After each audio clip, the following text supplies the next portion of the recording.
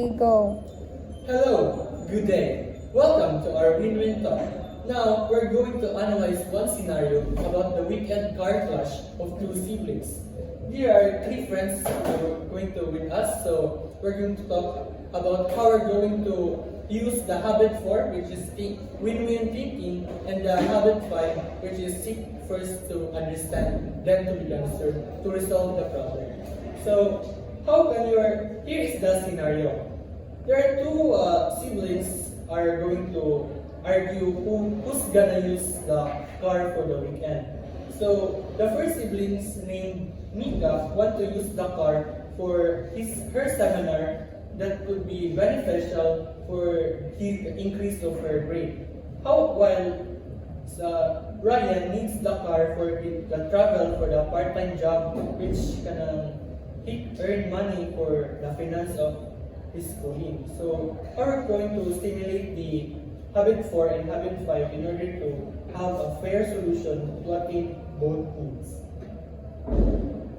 So, that was hard, no? Like, ang duha ka tao nanginahanan sila uban si Ryan ug si Mika. So, nanginahanan si Mika para sa iyang grado, and then nanginahanan pud si Ryan para sa iyang trabaho. So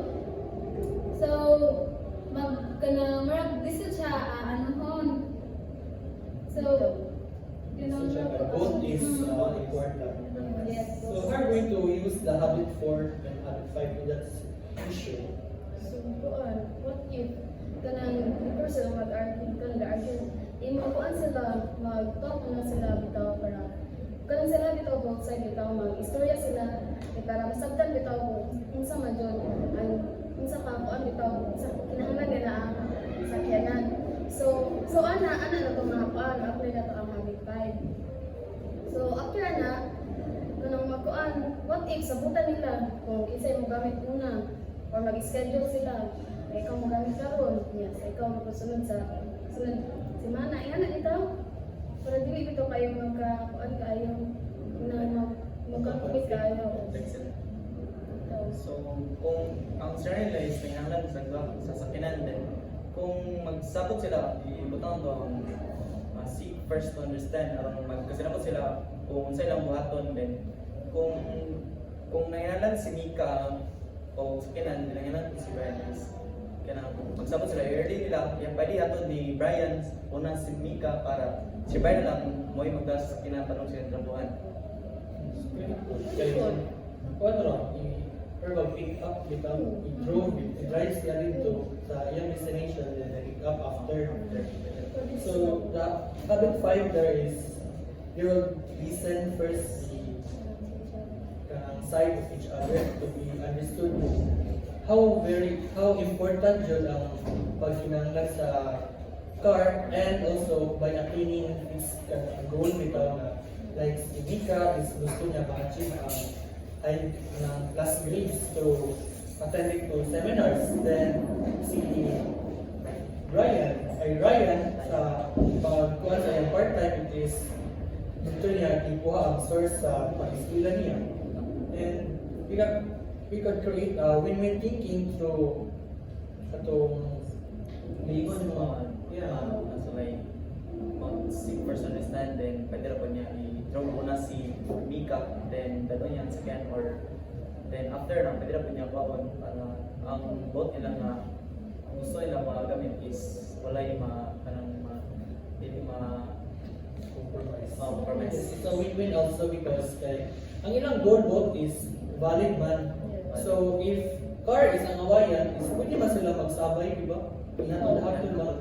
Basta kay ma-meet lang nila ang ilang both needs. It's a win-win magyapon nga ma-achieve nila. Also either one of them is mag-transportation and other is, or they could have the weekend, Saturday and Sunday. For Sunday is si Ryan, for Saturday is for Mika. In order for them to schedule the car efficiently. Yes. Pwede po, pwede tayo nagnaman naman sila o like nag-apas na sila sa oras. Pwede naman po sila magsabot kung kinsa may maghabal or something transportation, mag-commute, dili naman kinahanglan jud kadako ng ingana nga kuan. Pwede naman nasabutan. So, Yes, through one, through the habit 5, seek first to understand, then to be understood. Kaya maka-create yun sila solution na very efficient to resolving the issue. Sa ilang kung kuan kay maka-benefit sila both side. Ano to mga kuan ang nila ang kuan habit for win-win. Ating nila goal to have Sila duha maka-benefit. Dili lang ang isa dito. Walay ka ng import. Hindi sila both dito. Kaya sa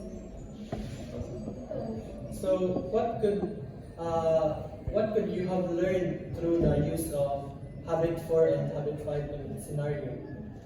So how habit 4 and habit 5 give importance in resolving conflict? For me, I have learned that kung kamo magsinabot mo is dili mo walay ma-sacrifice or dili ma-compromise nga planning, so both mo na win-win, so ma-apply mo habit 4 and 5. So kuha is kuan. Unang-una din sa tanan ko ano.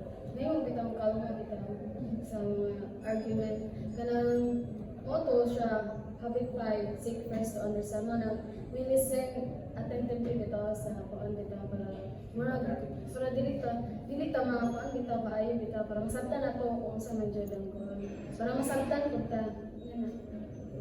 dito, tinuod jud ang gingon nila kung ganahan jud kag peace sa inyong paningalay or anyone else nga kasturyan nimo, dapat jud maminaw jud ka una.